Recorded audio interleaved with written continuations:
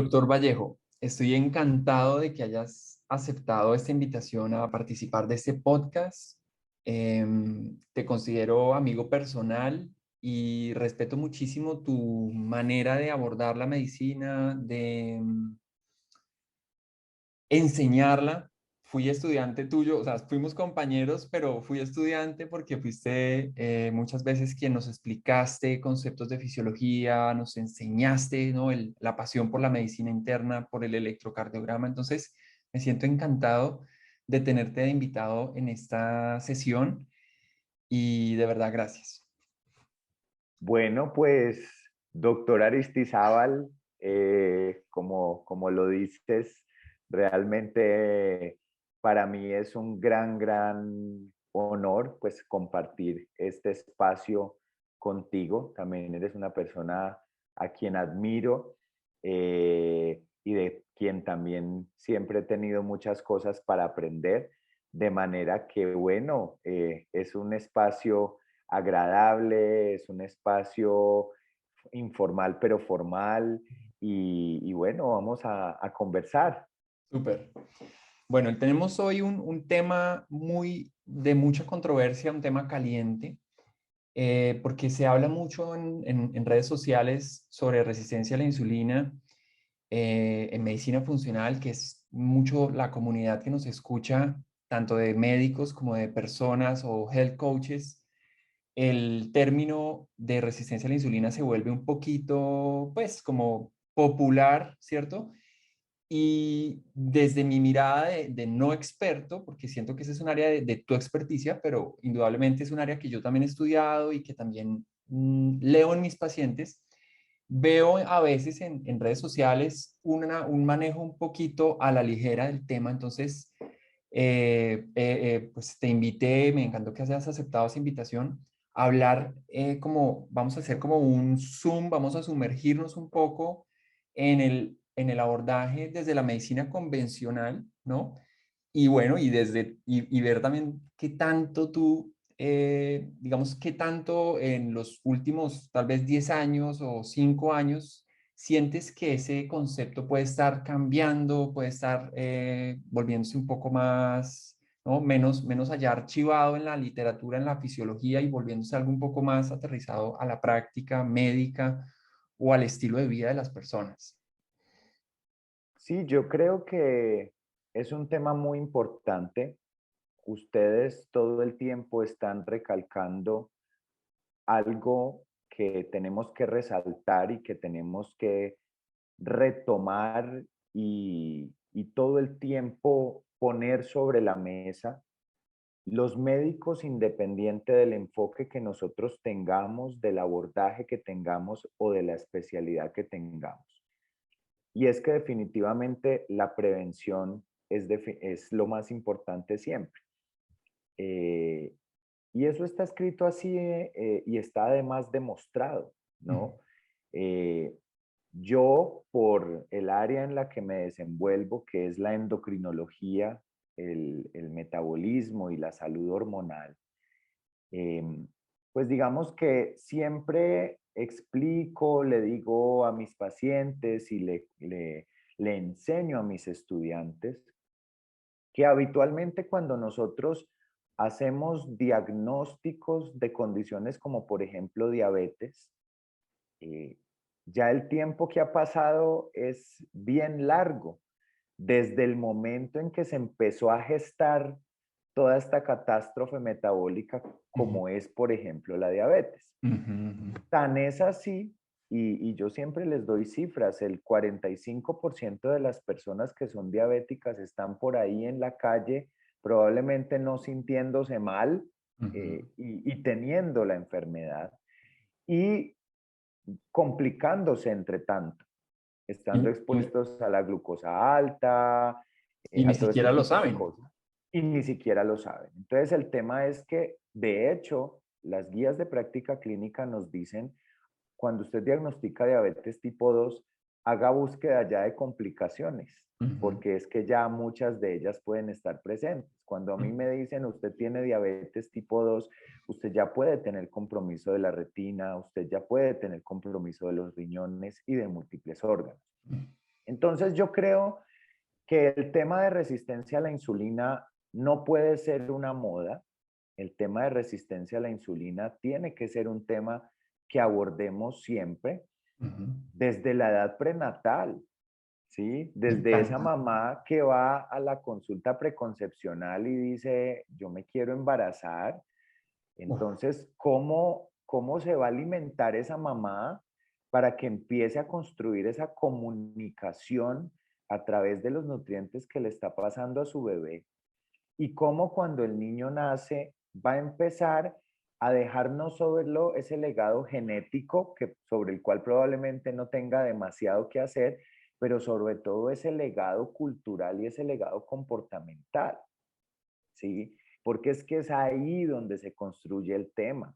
Entonces ujú, uno tiene que empezar a hablar de resistencia a la insulina, no en el que está ganando peso, no, es desde siempre. ujú, Uno tiene que saber que esa es una amenaza, que ujú. está allí en el horizonte y que Uy, realmente el momento de abordarla no es cuando la persona tiene exceso de peso, cuando tiene algunos signos al examen físico que lo sugieren.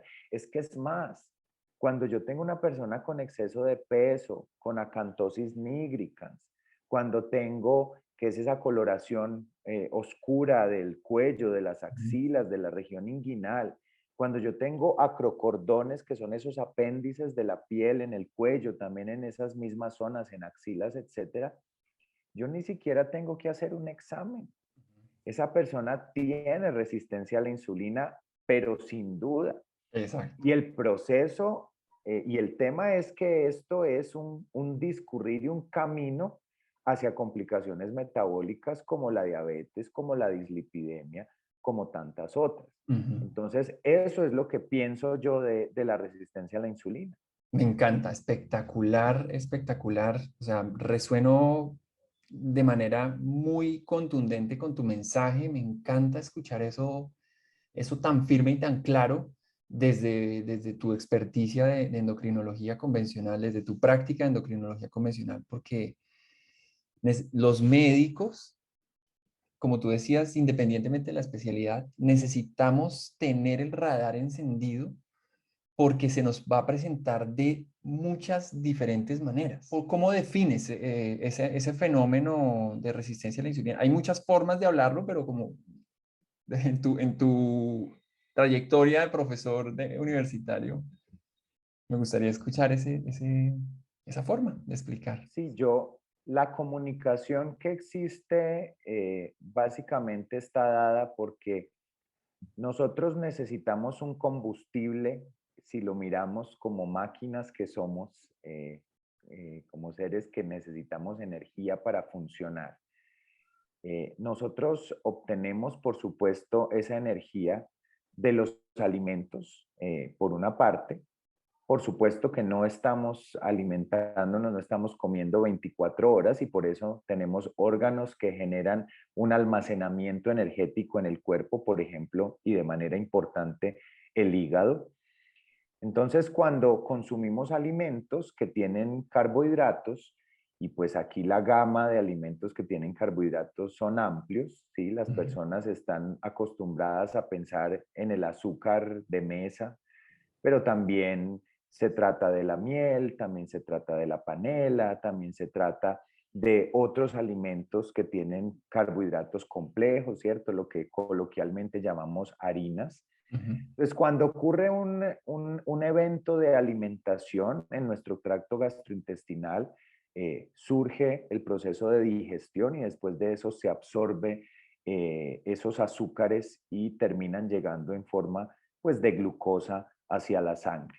ujú, Y ese combustible, digamos que genera un aviso a la célula beta del páncreas. Esta está todo el tiempo atenta a la presencia de glucosa en la circulación y cuando la detecta, entonces libera insulina. La ujú. manera en que yo esto siempre lo explico a los pacientes es que la insulina es esa llave que se distribuye por toda la circulación hacia los órganos y tejidos para que al interactuar con el receptor de la insulina se lleven a cabo una serie de señales intracelulares.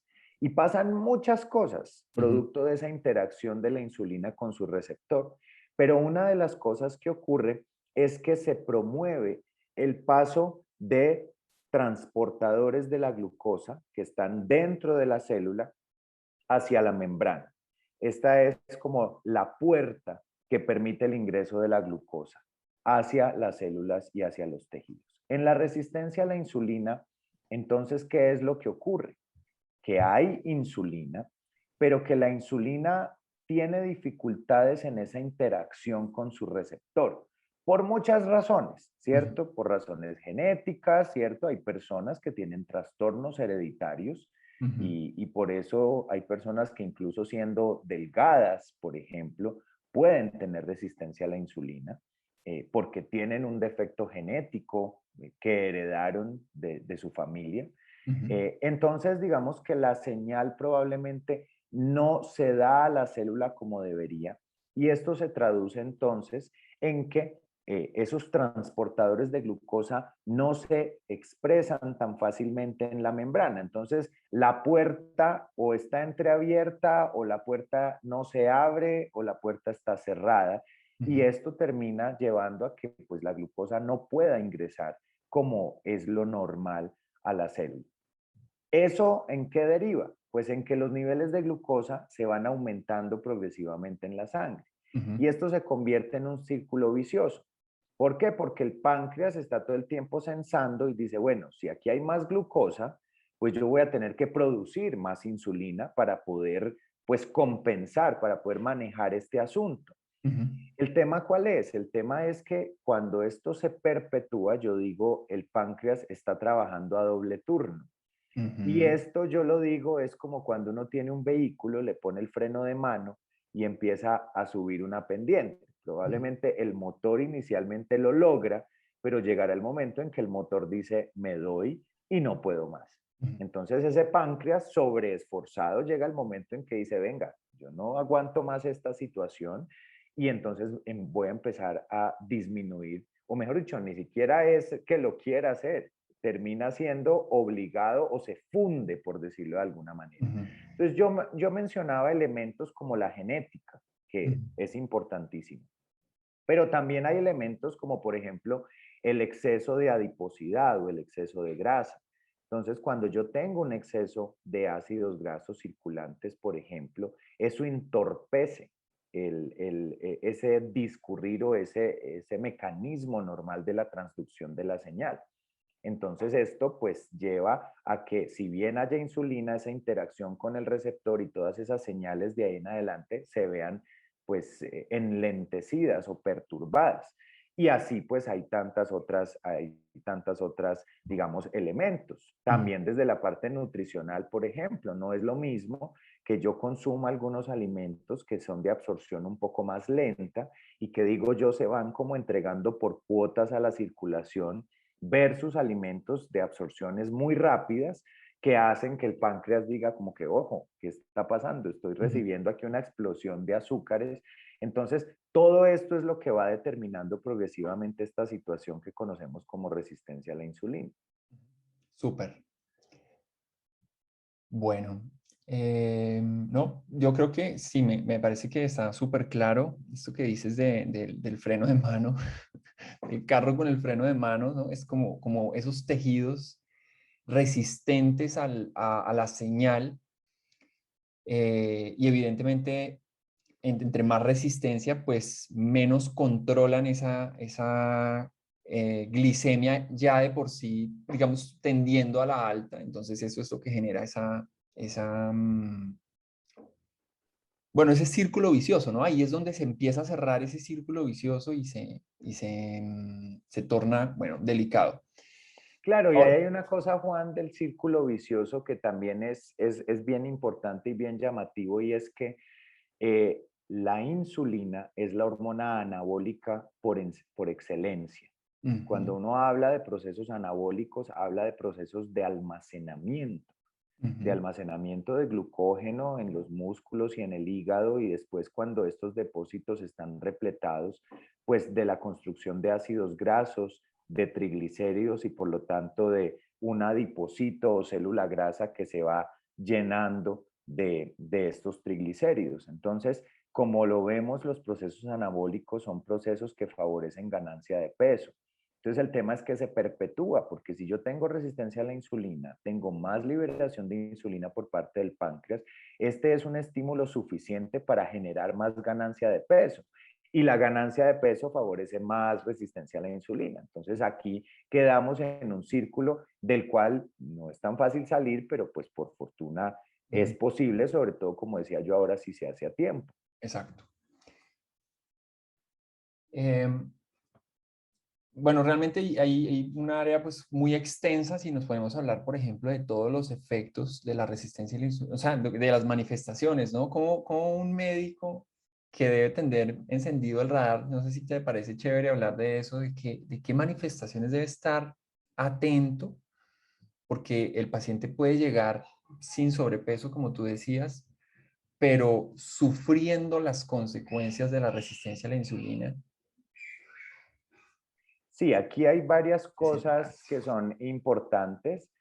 eh, y es bueno, lo primero es que cuando uno empieza a notar, y aquí la cuestión no es solamente de peso, aquí hay un elemento que es importante y es pensar en la composición corporal, por ejemplo, Ujú, ¿cierto?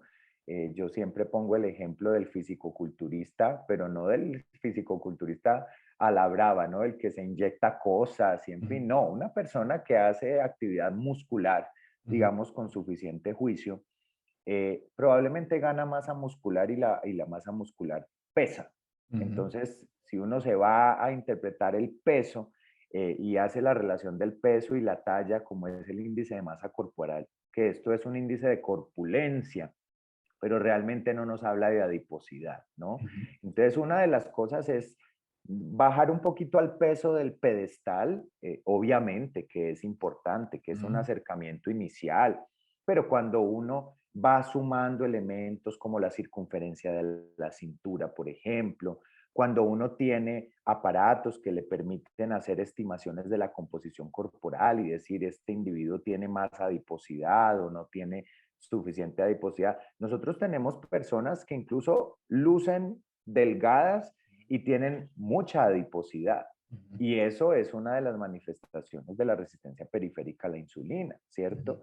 Por Súper. ejemplo, el desacondicionamiento físico es un elemento muy importante a tener en cuenta, ¿no? Por ejemplo, las personas que son sedentarias, que no hacen ejercicio, se fatigan y se cansan muy rápidamente. Y una de las cosas que ocurre con la resistencia a la insulina es que ese exceso de insulina lleva acúmulo de grasa no solamente en el tejido subcutáneo, no solamente en el abdomen, sino que es que el abdomen es lo que nosotros vemos, Ujú, pero es el reflejo de un hígado que se está llenando de grasa.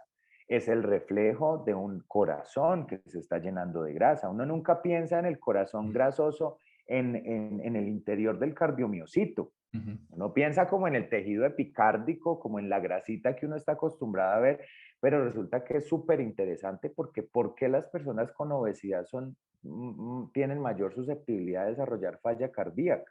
Pues una de las cosas es porque sus células se están llenando de grasa. ujú, Entonces, eso es otra cosa que nos encontramos cuando dicen es que yo me fatigo con mucha facilidad, ujú. es que yo no puedo hacer ejercicio como quisiera, es que yo subo un par de pisos y yo ya siento que me falta la respiración. Ese es otro elemento importante.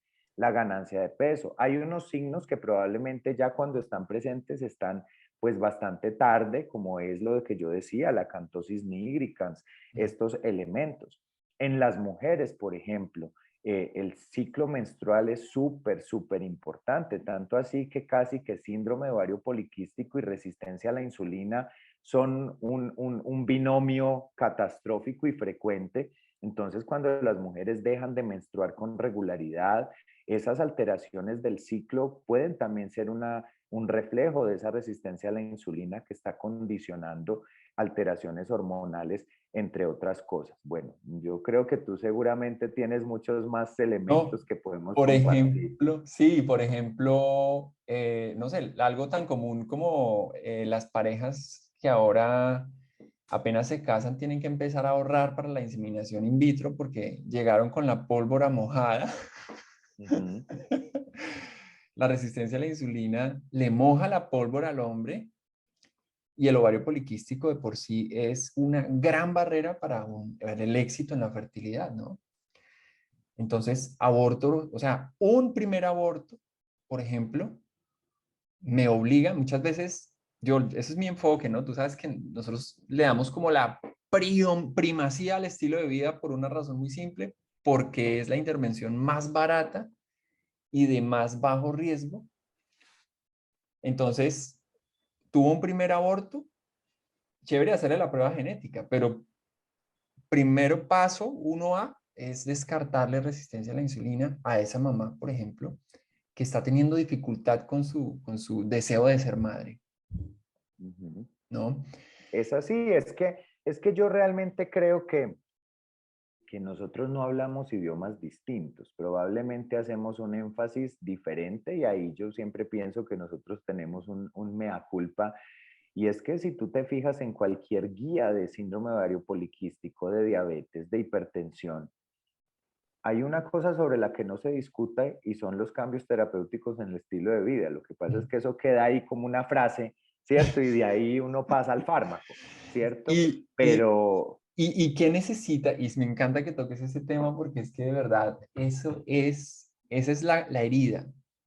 Yo siento que hay una herida en nuestra gente, ¿cierto? En la gente, en la forma en que consultan las EPS y cuando en una guía terapéutica se le dedican pocos renglones a un asunto que necesita tanta energía, porque es que convencer a alguien de que cambie su forma de alimentarse eso tiene un mérito tremendo, se necesita ser creativo, se necesita uno reflejar ese estado, ¿cierto?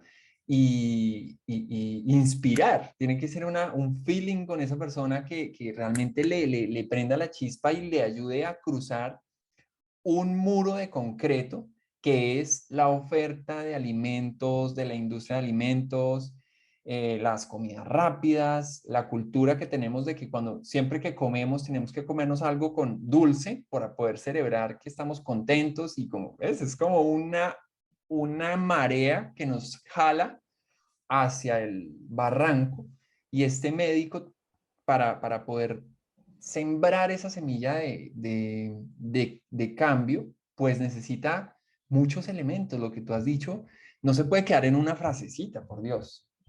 ¿Mm? sí, yo estoy de acuerdo con eso. Lo que pasa es que, Juana, los seres humanos nos gustan los atajos y los atajos pues realmente no existen o no llevan al éxito. Ujú. Eso es definitivo. Entonces, yo creo, a mí no me gusta criticar nuestro sistema de salud porque a pesar de todas las fallas y falencias que puede tener, creo que es un sistema que al menos sobre el papel tiene buenas intenciones, ¿no? Ujú. Y De a mí no acuerdo. me gusta que los médicos nos pongamos en la situación de víctimas, ni es que yo no tengo tiempo. Yo creo que aquí hay unos elementos de voluntad que son importantes. Ujú. Lo que pasa es que lo que tú dices es cierto y es que pues es mucho más fácil prescribir un fármaco Ujú. que hacer este proceso dispendioso y complejo del entrenamiento de las personas y de ir ganando confianza, ¿cierto? En este tipo de elementos. De Ahora acuerdo. uno se encuentra todo tipo de paciente, uno se encuentra el paciente que está plenamente dispuesto a pesar de sus barreras culturales, ¿sí? Eh, nosotros tenemos muy arraigado en el ADN cultural elementos nutricionales que no es tan fácil de construir, ¿cierto? No es tan fácil Total. de construir. Hay personas que no quieren Ujú. y bueno, yo creo que todo hace parte de un proceso de cambio, ¿no? Yo Ujú. creo que nosotros por lo menos debemos darnos la oportunidad de ir a darle la oportunidad a nuestros pacientes de por lo menos sembrar la duda, Ujú. ¿sí? A veces nos llegan pacientes que son muy radicales, Ujú. ¿cierto? Por ejemplo, en mi región, tocar la guapanela, eso es, mejor dicho, eso es casi que irse a golpes con muchos pacientes, ¿cierto? Sobre todo con muchos pacientes que yo veo, por ejemplo, en el hospital público, que son personas de municipios, que son personas del área rural. Ujú, que crecieron con la guapanela y que ujú, tienen en todo su constructo mental que la guapanela pues es lo que da energía y es lo que da vida y es cierto. Entonces, nosotros tenemos que empezar a construir un lenguaje. Yo creo que los cambios son lentos, pero se van dando, ¿no? Y yo creo que los médicos de hoy, los médicos que se están formando hoy, pues ya se están empapando un poco más de esto. Yo estoy de acuerdo en que hay mucho trabajo por hacer. Lo que pasa es que ujú, es difícil, entonces eso a veces uno tiene días en que está más optimista, hay días en que no está tanto, hay ujú, días en que es más paciente, hay días ujú. en que no, y bueno, y es Bueno, dispendioso. me encanta, me encanta, me encanta. Sí, totalmente de acuerdo contigo. No, no, o sea, tampoco puedo transmitirte que para mí es fácil. No, no, no, no, no. Y que mis pacientes sí me hacen caso. Pues ojalá, sí. Obviamente que claro, con el tiempo, bueno, eso también se va, bueno, empieza a suceder. Pero la barrera es que tú has mencionado una gran barrera del paciente a torcer el brazo, ¿cierto? En este aspecto, pues es bien, bien complejo. Y entonces aquí entramos en un tema más controversial. Encuentro muchos comités, ¿cierto? Me he tomado el tiempo de leer un poco más en detalle porque me acuerdo hace unos cuantos años, Santiago, yo no sé si recuerdas esa conversación que tuvimos por teléfono, donde yo te dije, Santi, ¿por qué ustedes no piden insulina en ayunas? Yo creo que fue, yo le calculo 6 o 7 años a esa conversación. Listo, tú me dices, no, realmente es una prueba que no está muy estandarizada y bueno, no me acuerdo qué otras cositas, pero fue una charla muy chévere, me encantó, o sea, para mí fue aclaradora. Y de ese tiempo para acá yo he venido y he empezado a encontrar los consensos, ¿cierto? De las sociedades de endocrinología europea, ¿cierto? No me acuerdo ahorita, no te puedo citar exactamente cuáles, pero varios consensos donde dicen no se recomienda la medición de insulina en la práctica clínica. Y ahí es donde a mí el corazoncito se me quiebra, porque yo, pues en mi entrenamiento de medicina funcional, aprendí a solicitar insulina en ayunas y post carga o post comida según el tipo de paciente.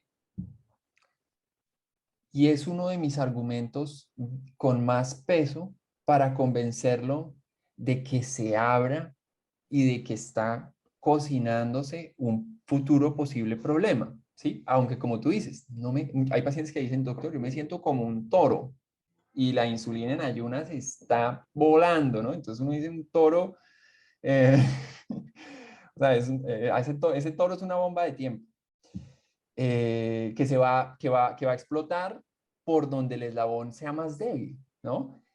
Hiperplasia prostática benigna es una enfermedad que se agrava por resistencia a la insulina, cáncer de próstata en algunos otros pacientes y vamos, hay miles de manifestaciones, pero de pronto no hace falta mencionarlas. Entonces, quiero que tú, pues desde tu experticia, me des un feedback aquí en público y nos cuentes qué opinas de eso, de medir insulina en ayunas en la práctica clínica, que un médico funcional esté pidiendo insulina pre y post carga y qué punto de corte, si quieres contablarlo, pues consideras que puede valer, que puede servir. Y esto obviamente que esta información ya la dejamos para médicos. Bueno, yo también voy a contestar a calzón quitado y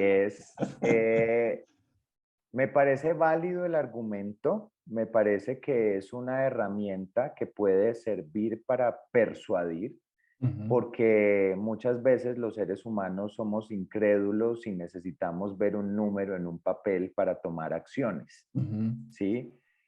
Sin embargo, y te lo digo, sigo 6 años después sin medirla, ajá, ¿sí? ajá, Y sin enseñarle a mis estudiantes que la midan, ujú, ¿sí?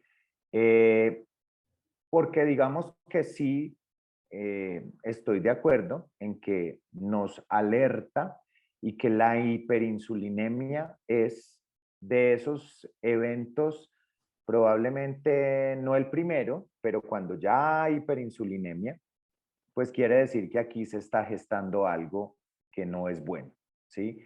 Y precisamente nos está reflejando ese trabajo a doble turno por parte del páncreas del cual estábamos hablando previamente. Totalmente. Eh, Pienso que eh, como herramienta de persuasión es válido, eh, también como es válido, digamos, eventualmente, por ejemplo, en los pacientes con diabetes ya establecida, eh, yo solamente pongo a hacer glucometrías a los pacientes que usan insulina, Ujú, ¿sí? Digamos, por practicidad, por no hacerlos pinchar con una enfermedad pues, que ya tiene su carga de por sí. ujú, Sin embargo, hacer glucometrías sirve no solamente para titular insulina, mm. sirve para que uno se dé cuenta cuál es el impacto que tiene comerse una naranja versus tomarse un jugo de naranja, por ejemplo. O cosas como el monitoreo intermitente o el monitoreo continuo de la glucosa, pues son herramientas que desde el punto de vista educativo son valiosas, ¿sí?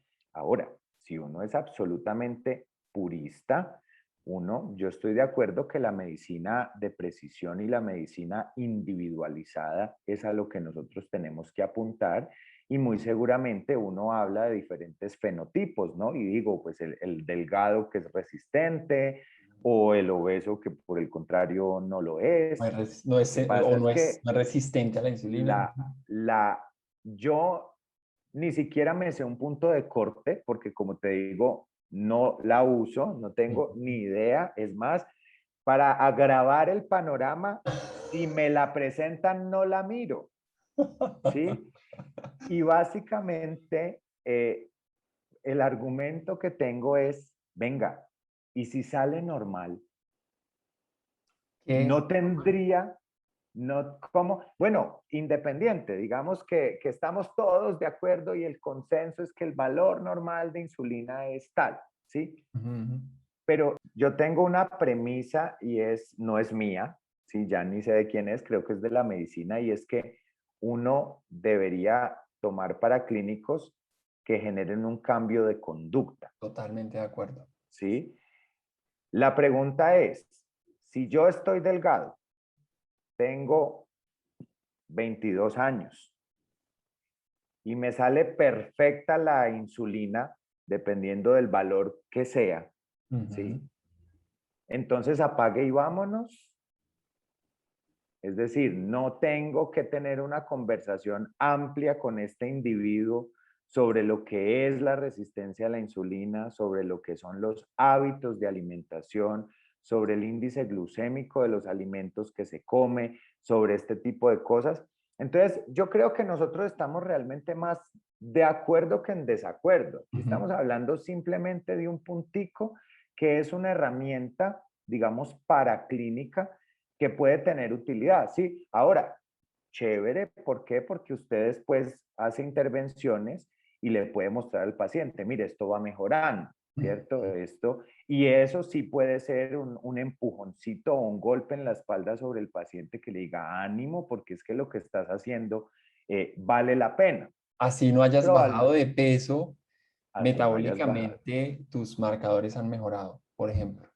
Exactamente. Entonces, Ujú. a lo que yo voy es eso, a lo que yo voy es que realmente, eh, y una vez más, el mea culpa es más el no, y es que lo que yo digo es, y una de las cosas que es admirable de ustedes es que, pues es que a uno le llega un paciente sano y uno siente que está como perdiendo el tiempo, ¿sí?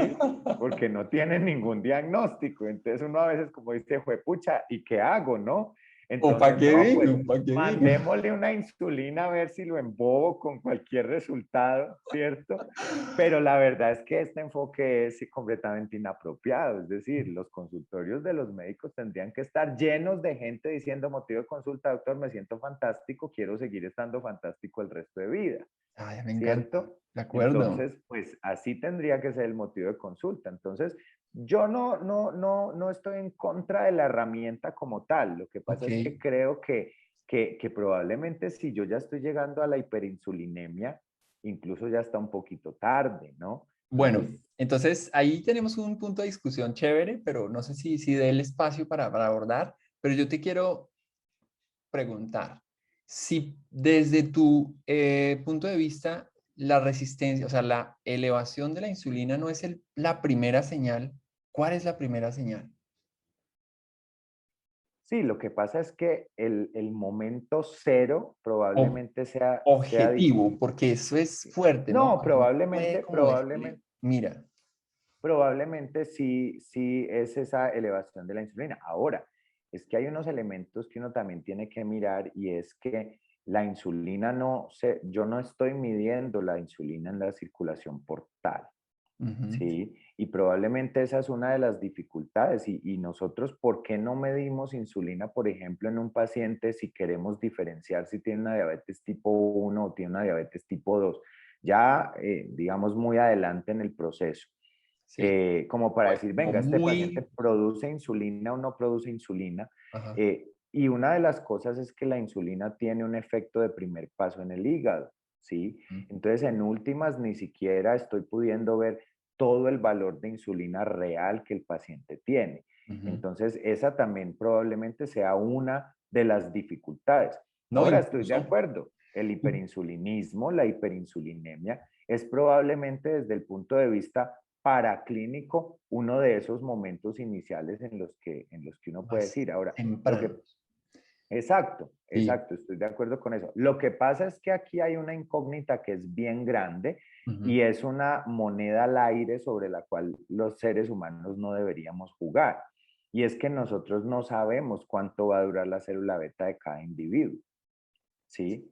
Es ujú. decir, hay personas que son hiperinsulinémicas pues mucho tiempo y de hecho se vuelven diabéticas y se pasan su vida entera con cambios en el estilo de vida y con algunos antidiabéticos no insulínicos y nunca llegan a falla de célula beta, O ni ¿cierto? siquiera desarrollan diabetes y la resistencia a la insulina los lleva a ovario poliquístico, a hipertensión y, Exactamente. y el páncreas, un páncreas de hierro que aguanta toda esa mala vida, pues digámoslo así, Exacto, y los hay, y y los los hay. hay. Lo que pasa es que uno, pues no, y es la misma cosa que yo me preguntaba. A mí de manera reciente me hablaron de la posibilidad de unas pruebas genéticas para evaluar polimorfismos que ponen a riesgo a un individuo de ser diabético, ¿sí? Entonces yo me preguntaba lo mismo, bueno, y si yo hago las pruebas genéticas y me dice que yo no tengo uno de los polimorfismos de alto riesgo, entonces me echo en las petacas. A lo Ujú, que yo voy es que pueden ser herramientas valiosas, ujú. pero no son lo que tendría que motivarnos y probablemente yo creo que ahí sí necesitamos replantear el discurso en el sentido de que me parece chévere, me parece válido que se use, me parece Ujú, bueno mostrarle al paciente, vea, es que yo no le estoy mintiendo, es que ujú. yo le estoy mostrando aquí en una prueba que su páncreas se está esforzando más de la cuenta, ¿sí? Ajá. Ahora, qué buena fuera que nuestro mensaje llegase a ese grado de solidez que yo no necesite mostrar unos valores de insulina para entender que yo necesito tener hábitos adecuados. Estoy de acuerdo, pero si te respondo desde mi perspectiva de medicina funcional y digámoslo, no experto, experto en intervenir el estilo de vida, yo sí necesito y me es de mucha utilidad clasificar el grado de resistencia a la insulina, porque una persona en un grado baby de resistencia a la insulina necesita una intervención mucho menos drástica, mientras que si yo quiero en un paciente con diabetes de novo ofrecerle la posibilidad de una reversión de su diabetes, eso es supremamente drástico. Y es como, lo hago así como bien gestualizado porque de verdad eso es una cosa brutal. Es tan brutal, o sea, es tan drástico el cambio que la motivación que para llevarlo allá, pues tiene que ser muy grande y es justamente la posibilidad de dejar de ser diabético. Es como curarse naturalmente. Entonces el paciente ve esa luz al otro lado y dice, uy, pues me, ¿no? Intento. No te puedo decir que todos salgan allá al otro lado, pero un número de pacientes con esos números y con esa posibilidad, tú decías una cosa importante, hacerle un rastreo cercano. A veces el paciente no ha bajado de peso, pero su resistencia a la insulina en un mes bajó a la mitad. Y uno dice, wow, vas muy bien, ¿no? Yo estoy de acuerdo con eso. Lo que pasa es que, y ahí hay una cosa sobre la que también quisiera hablar y es el término curación, que Ujú, yo creo que ahí también podemos tener un poco de discusión alrededor del tema. Y no es porque yo sea ni pesimista, ni ujú. porque quiera, digamos, decir, no, esto es que la diabetes no tiene cura, sino que yo pienso que eso tiene que ser manejado con extrema responsabilidad. No, sí, Yo estoy cierto. absolutamente de acuerdo en que uno puede tener perfectamente controlada su diabetes con hábitos saludables, ¿sí? Sin necesidad de fármacos. ¿Cuál es el tema? El tema es que nosotros tenemos una clasificación de la diabetes en la que hay diferentes razones o mecanismos fisiopatológicos por los cuales ocurre diabetes, Ujú, ¿sí? En todos los contextos y en todas las clasificaciones, la terapia médica nutricional y la actividad física están presentes, ujú, ¿cierto? Pero el tema que nosotros tenemos acá es que hay diabetes de origen genético, por ejemplo, como es la diabetes tipo MODY, ¿sí? ujú, Y ahí pues hay una alteración en una proteína, en un receptor, etcétera. Esa probablemente sea bastante susceptible de intervención farmacológica, ujú, ¿cierto? Hay diabetes como la diabetes tipo 1, que no necesariamente se instaura en niños, jóvenes y adolescentes, sino que a veces puede ocurrir en etapas más tardías. ujú, Y ahí uno tiene que tener mucha, digamos, percepción clínica y ujú, probablemente también paraclínica. ujú, Pero a mí con el tema de la diabetes y con el tema de la obesidad, cuando los médicos, digamos, decimos que no tienen una cura como tal, probablemente sea una situación más semántica, un poco más del lenguaje. Pero ujú, ¿qué hay detrás de eso? Yo lo que siempre le digo a los pacientes, por ejemplo, con obesidad, es que eh, a veces los pacientes utilizan fármacos para perder peso, que ujú, prescribimos y que prescribo, ujú. o se someten a procedimientos como una cirugía bariátrica, que Ajá. también recomiendo en personas que considero que la tienen indicada. Lo que pasa es que lo que yo siempre le digo a los pacientes es que esos pueden ser empujoncitos, Ujú, citos, pero no son la solución, ujú, sin lugar a dudas. ¿Y cuál es el tema? Yo siempre les pongo el ejemplo del alcoholismo. El alcoholismo es una enfermedad ujú, y es una enfermedad y las personas que están, digamos, no haciendo uso de alcohol, después de 15 años de no tomar alcohol, ellos siguen diciendo yo tengo un problema que se llama alcoholismo, ujú. Son ¿cierto? propensos. Y Está. eso les permite tener la claridad de que se toman un trago y se enganchan nuevamente, Ujú, porque sus mecanismos de dopamina, de bueno, de todos estos ujú, elementos, los enganchan de nuevo. ujú, Entonces aquí el tema que a mí me parece que tenemos que decir es, eh, el mensaje que tenemos que decir es, venga, esto no se trata de estar a dieta, ¿no? ujú, Cuando uno dice es que estoy a dieta, tiene una concepción que infortunadamente es errónea y es que tiene como un sentido de temporalidad, ¿cierto? ujú, Entonces yo me pongo a dieta 2 meses, pierdo unos kilos, saco mi insulina buena, saco mi hemoglobina glicosilada buena y saco mis niveles de glucosa buenos y entonces me curé. Y lo ujú, que yo no quiero que ocurra es que los pacientes digan me curé y se echen a dormir. Que ujú, yo tengo claro que ustedes ese mensaje pues no lo promocionan, ¿cierto? Ustedes dicen porque claro, ustedes tienen un mensaje de optimismo y es muy importante tener un mensaje de optimismo. Ujú. Pero yo creo que ese mensaje de optimismo se tiene que dar con los pies puestos en la tierra, en No, decir, totalmente de estamos acuerdo. súper, pero el que Pero piensa ojo, pierde. Usted vuelve a su práctica nutricional previa o a su sedentarismo previo o a su situación previa y ahí está la diabetes. totalmente de acuerdo. Ahí estamos totalmente de acuerdo, ¿no? Eso sí, estoy, y ni se diga una persona que tuvo diagnóstico de diabetes, o sea, es ¿no? Su reserva, su reserva orgánica, su resiliencia fisiológica, o sea, su capacidad de ese resorte que es el páncreas, su capacidad de producir insulina, ya está muy mermado. Para haber recibido el diagnóstico de diabetes, esos mecanismos adaptativos han mermado considerablemente. ¿Puede lograr tener una vida libre de medicamentos?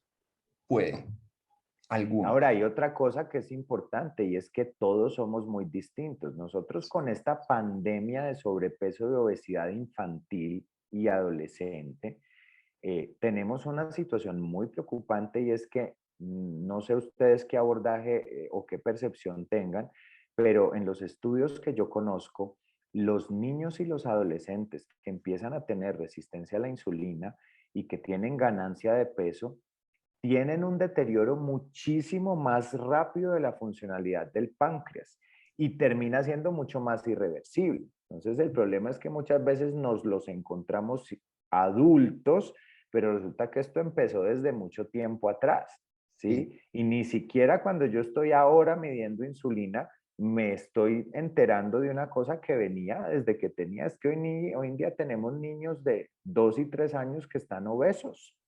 Es que fíjate que ahí sí yo, pues vuelvo y te digo, para mí medir insulina se ha vuelto una pieza. Ahora te quiero también decir algo. Cuando tocamos ese tema, hay varias cosas ahí y también quiero traerlas a la mesa porque son argumentos en contra de medir la insulina. Y es que, eh, por ejemplo, no existe un consenso, por un lado, ¿cierto? No se ha logrado establecer cuál es el rango considerado normal. ¿Por qué? Por variaciones que tienen que ver con la etnia, ¿cierto? Inmensas variaciones. O sea, no estamos hablando de una variación.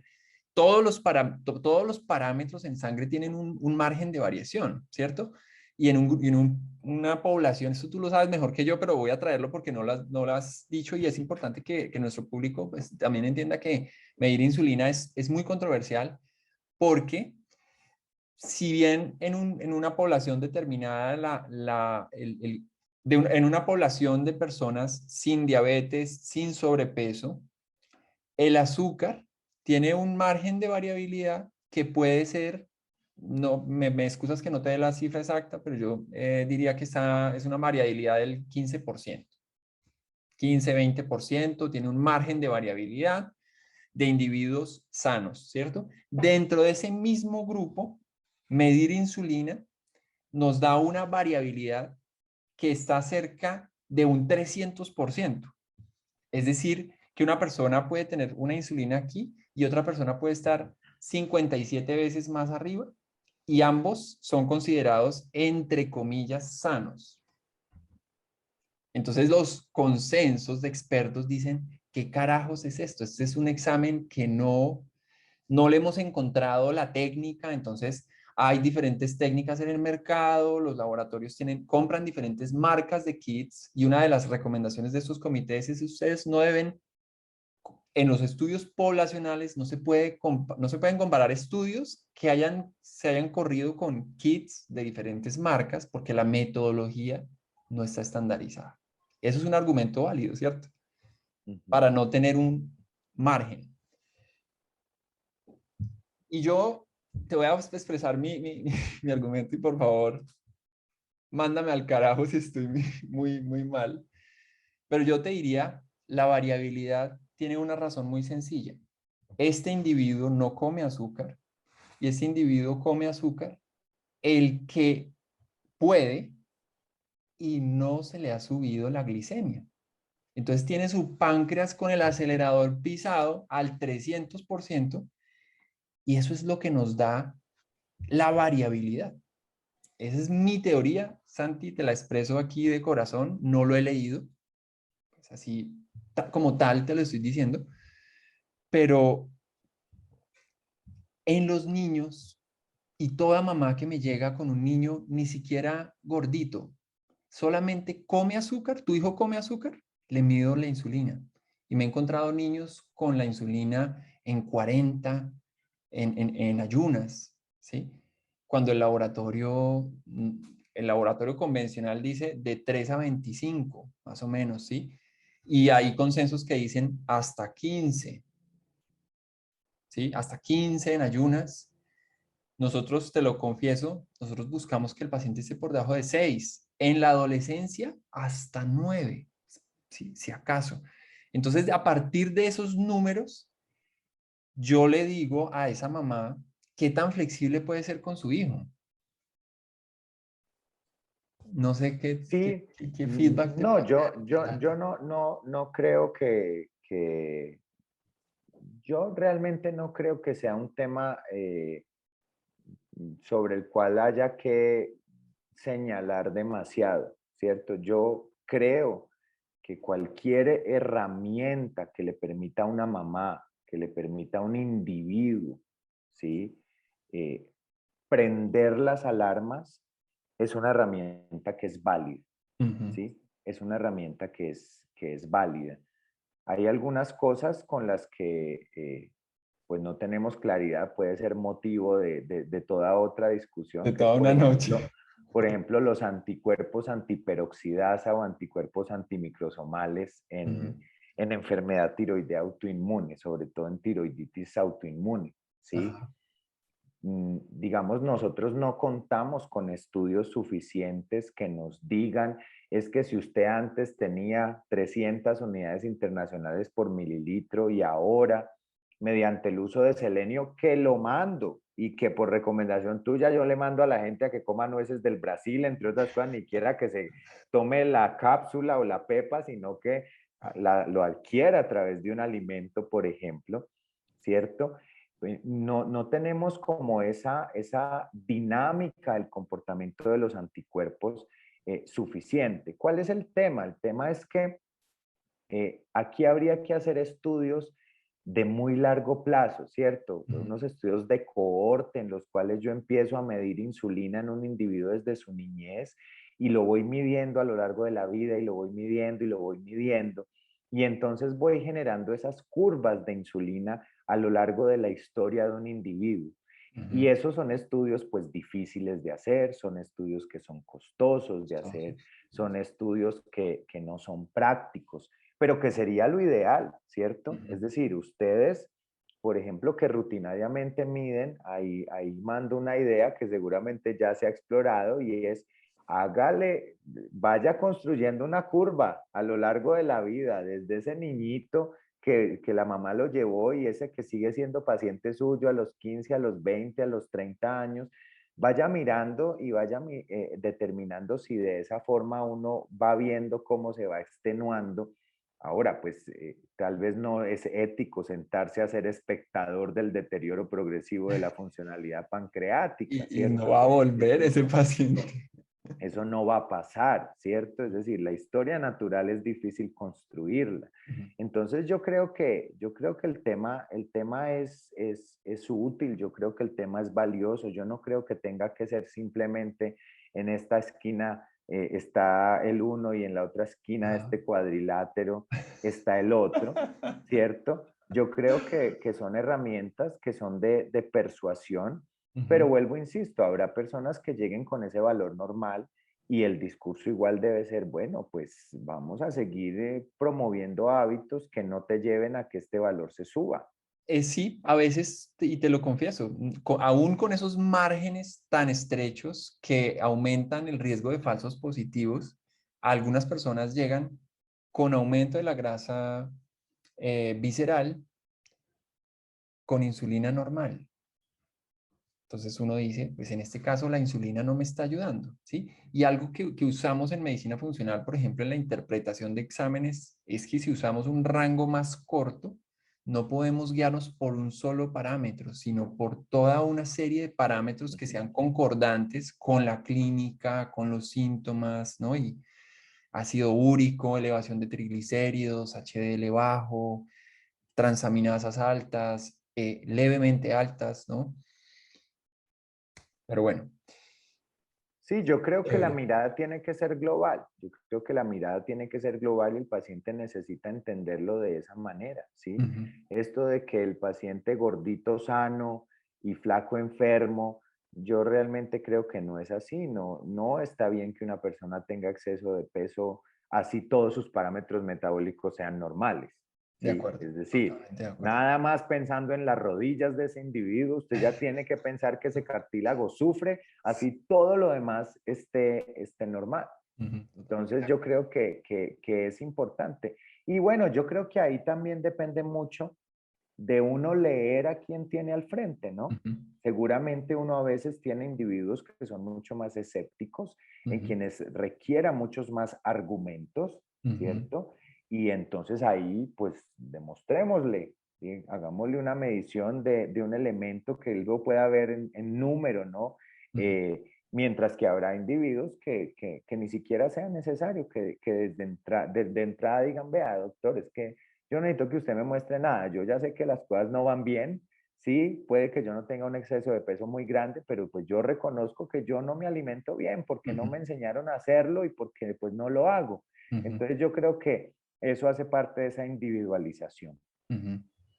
No, pues me encanta escucharte y de verdad aprecio muchísimo tu opinión de experto. Me encanta pues ver esa apertura y tus comentarios como tan acertados, ¿no? De la percepción de el médico, independientemente de su tipo de práctica, como en ese tema de darle prioridad a esto que es el estilo de vida, ¿no? Y la alimentación finalmente, que es como la puerta de entrada a realmente estar saludables.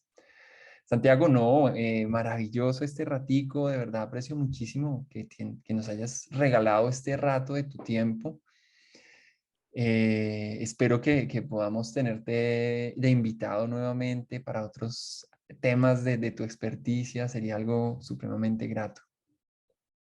No, pues muchísimas gracias. Yo ahí quiero aprovechar para hacer como una propaganda sobre todo a todos los médicos funcionales que nos ven y es que yo sé que ustedes hacen mucha educación y hacen mucha divulgación de contenido a través de las redes, Ujú, pero pienso que la medicina funcional se tiene que democratizar mucho más, ujú, ¿sí?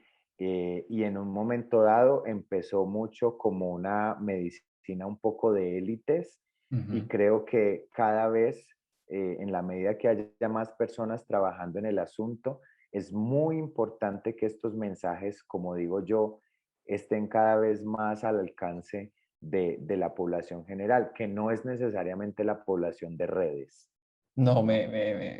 tienes tantísima razón, de verdad, qué mensaje tan oportuno. Listo, nada, un millón de gracias por la Muchas oportunidad. gracias, Santiago. Un abrazote.